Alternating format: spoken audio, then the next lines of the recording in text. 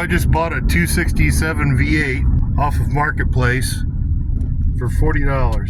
It's 30 miles away from my house, and I don't even know what year it is, but I think they made them from 80 to 82, if I'm not incorrect. 81 and 82, Camaros had a lot of them.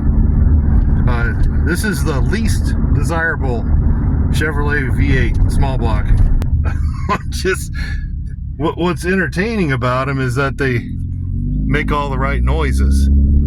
The other thing I find to be a very interesting thing is building a Frankenstein 350, essentially using a 307 Chevy block with no core shift, meaning the machined metal around the camshaft is nice and concentric. It's not biased to any particular angle, so it means that the core was actually didn't shift in the mold.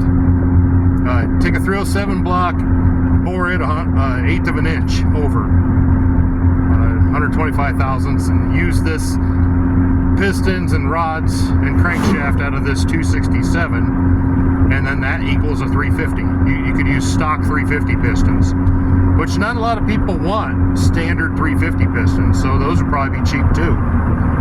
But it's fun to get it, and it's complete, and I know I can part it out for quite a bit more than what I paid. So, but the problem with this engine is that the only thing that you can use on like a 305 are probably the heads, the distributor, the attachers, the valve covers, exhaust manifolds, oil pan, hardware, essentially everything, including the crankshaft, rods. You just can't use the pistons or the block. A 350, you can't use the heads because they're too small a cc. But these engines were only designed to make approximately 125 horsepower, and I believe the torque was 200 or something. And of course, that's net. That's with all the accessories on installed in vehicle. So you run the fan, alternator, the power steering pump, water pump, essentially any accessory that's on it. And so the horsepower ratings for the figures that are past 1971 are much different. That's why they're so much lower. So this engine does not actually make 125 horsepower gross numbers. And if you want to calculate that, there's some basic algebra you can do by using other like engines like a 350. And this would obviously be a truck engine, truck rated, not for durability, but for carburation and valving, because ports are small. They're not horsepower ports at all. So you could actually use, if you have a truck engine manual, you can actually use that to calculate the horsepower and torque of this engine. And by my best understanding, I calculate the horsepower and torque of this engine. It's a V6 power and a V8 package. If you want mileage and also V8 sound, let's say you had an old classic car that you wanted to go on power tour with, and you didn't want to get raped in the butt every time you went to a gas pump. The main things that are very, very limiting on this engine is the carburetor. You can't really use that on anything bigger than this type of an engine, because essentially it's the primaries off of a quadrajet. And the intake also is designed just for that carburetor. It's specific to it, so you can't use that on anything else. It's a 2-barrel. It's not a good intake unless you're concerned about fuel mileage. And here's the bottom line. You could literally put a quadrajet intake on there, put a quadrajet carburetor on there, and as long as you kept your foot out of it and you didn't open up the secondaries, or just mechanically locked out the secondaries, you would get the exact same mileage. Maybe a little bit different, but not much, because that quadrajet intake is kind of different in the back, and it would be a little different airflow, I suppose. But for this particular engine, since it's so small, and if you wanted to make it more powerful, another thing you could do is actually put a small port intake on it off of like a 283. I'm talking about the base model 283, like the 160 horsepower to 195 horsepower 283. They have very small ports. And I think at this time in GM's history, when they made this engine. I believe it was late 1978, mid 1978. They probably destroyed all the cast moldings for those small port engines because they were used to casting uh, nothing smaller than a 305. They probably just changed the carburetor flange a little bit. And also, these heads are almost specific for a 267. They are very small. I suppose if you wanted to liven this engine up a lot, you get yourself a set of HO heads off a 305. That would help quite a bit because it would help it flow. But you got to be careful. If you do anything to this engine to increase the horsepower, you're going to reduce the torque. And doing that, you're going to really, really amplify its main Achilles heel. And that's the fact that it's just so stinking small. It's a 4.4 liter. It's a turd, but I'm going to see if I can't polish it some. I rolled it over a couple times the other day. I squirted a little bit of oil in the spark plugs. Got a piston oiler. And it was a little tight. Didn't roll over real easy to start with. No problem. It hasn't had oil pressure in the oil galleys for probably a decade or better. I don't know. Whenever the last time somebody drove this in the car that they turned into a hobby stock car, because a lot of these 267s were in the hobby stock converted cars. The distributor, and I put a rag over each one where it enters, where it can get dirty. If you take the carburetor off, just go ahead and toss a little rag over it so it doesn't get dust in it, because dust is abrasive. I mean, when you're doing something like this, it's just kind of like open heart surgery. I mean, really, the engines are going to experience a lot more dirt and filth inside the crankcase at a time like this. And if you get it up and running again, probably a good idea to change that oil relatively quickly after you make it run. If you have the oil already in it and it's a used oil charge, that's probably even better because you're not wasting money on fresh oil to just get a little bit saturated with, the basic little filth and grit. This engine, I used an old broom rather, to scrape the debris and dust off of it because some of this stuff can get really fallen in there, etc. Interesting though, somebody actually did not use a gasket. They just used silicone. There's a little bit of extra there. This is not good stuff to have in your crankcase, this silicone. I used to not be concerned about it when I was younger, and I never had an issue with it, but yeah, it can fall, and it winds up, getting circulated throughout. There's a couple bits right there. I guess I'd advise against doing something like this, but what they did was they just used silicone and just squirted it along there, kind of smoothed it out. And then they probably just rested the gasket or the rocker box down on it and let it flatten out a little bit. And then they just kind of cinched it a little bit and then probably went inside maybe overnight, came out and tightened it up a little bit. And you got your positive pressure. But usually people don't have to replace valve cover gaskets unless they're leaking. And what causes that, as far as I understand, because I've been running engines for probably 30, 40 years or something, I don't know, some ungodly amount of time. But what causes it is, if you're putting a lot of cylinder pressure on the cylinder, you're putting a big heavy load on the engine. A lot of full throttle with a lot of load on it. And you're just beating the tar out of it. Even if it's got minimal blow-by in the cylinders, you're going to increase your crankcase pressure. And that's going to, blow out your rocker boxes. You're going to have a positive pressure in your crankcase because the stock PVC, this little gizmo here, and possibly on the other side it might have one. Maybe not. Some of them don't have two. But that's just not enough to overcome it. The engine vacuum going into the carburetor base is not enough to clear out the positive pressure. And usually at the hottest point, like maybe in the back, where you have oil that's kind of being pushed to the back from the crazy velocity that you're trying to drive.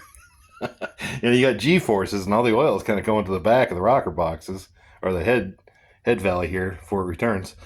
And, that oil, with all that pressure on it, just kind of gets shoved through. Usually down about here is where they start leaking, if they leak at all. But it's not that hard to fix them. Like I said, if you want to have leak-free valve covers, go ahead and use a little silicone on both sides of the gasket. Just a very light layer. Use a new gasket. And go ahead and set your rocker boxes on it. You know, a very minimal tightening on the nuts. And then go inside and let it sit overnight. And come out and give it a little bit of tension. And it should just seal great. But this engine's a good one. I don't see any, there's no sludge. This is incredible on a 1970s engine. This is a 79. Looks like it's got a date code of, if you can see that, of like 110 of 8 or something. I don't know. It's pretty ugly castings on these 267 heads. I mean, this is a time that GM was just really kind of pumping everything out, but by the looks of this, it looks like this thing actually got regular oil changes, and it probably wasn't driven by somebody that had a wife beater t-shirt on. Probably driven by either a gentleman or a gentle person. Somebody that actually gave two shits about what they owned and took care of it. At least enough that they changed their oil. And you don't get very clean casting like this with no sludge if you don't have regular oil changes, because the oil does break down and it will leave black deposits everywhere if you don't change it often enough. You're working on an engine like this, so you don't know its history. You want to try to take your time and look for little clues. I mean, if you're not noticing things like little dents on valve covers and trying to figure out how that happened, it probably happened when it was being taken out from the brake power booster. This is a 350 and an S10. Not quite done with it. Got a little bit of work left to do on it. Anyway, back to this 267. This is I have a lot better engines. I have a fresh 406 on an engine stand that I'm rebuilding. It's got clean bores and everything, but I really want to see what GM could have made if they would have just given this engine just a little bit more chance. Because they stopped making them in 82, and 82 is the first year for the S10. Now, I don't remember the first year for the 4.3 V6 option, but I'm not an expert on the V6, the 90-degree V6. But from what I understand, they have a crankshaft that's a little bit weak. Maybe some of you could chime in on that. Like I was saying, when you're working on an engine like this, you want to make sure that you look at all the little details, all the little, things that you can notice about it. Like the valve covers are a pretty good indicator of whether or not it was beat on. If there's a lot of sludge in it, that's a big indicator that it wasn't cared for well. It doesn't mean that it's healthy now, but when I had the rocker box off, I wiggled the rocker arms to see if they had any extra slop, because that's a big problem with these 267s. They were notorious for having camshafts that went flat easily. So I need to really assess that situation. Now, this camshaft is the smallest camshaft that Chevrolet made for the engines in the 1960s and 70s for the 90-degree V8. The largest engine they ran at camshaft end was a 305. And that was a very gutless 305. It was probably a truck-issued one with a two-barrel. But the same two-barrel this has, which is just the front half of a quadrajet, the very jet. I think it's 200 CFM, might be 250. Pretty small. Now, these engines that are newer than 1975 typically are very thin cast. And how you tell is you look at your bell housing flange bolts, and they're open on the end if they're a thin cast block. These are closed if it's a thick cast. Also, the front of the engine, you're going to have an identification pad. And on a thin cast block, it's real narrow. On a thick cast, it's much wider. Like I was saying, 76 and newer. This is a 79 block. This is a bad time for GM. There's a lot of people that have success rebuilding engines that are newer like this, but personally, if I had my choice, I don't really like them, but I don't know, I guess I'm a fan of the underdog. I want to mess with this Asian pad there. It was supposedly in a Malibu or a Monte Carlo or a Malibu station wagon even. And it's not out of a truck because, believe it or not, some C10s had this little tiny V8 engine. Or if it's a, I usually refer to these engines as blue motors. In 1970, I believe it's 1976, GM went to this corporate blue from the orange. And this is how bad these engines are. They're very thin. I mean, you're going to have a pad here that's much narrower than the other types. Also, you know, I won't even accept a 400 Chevy that's blue.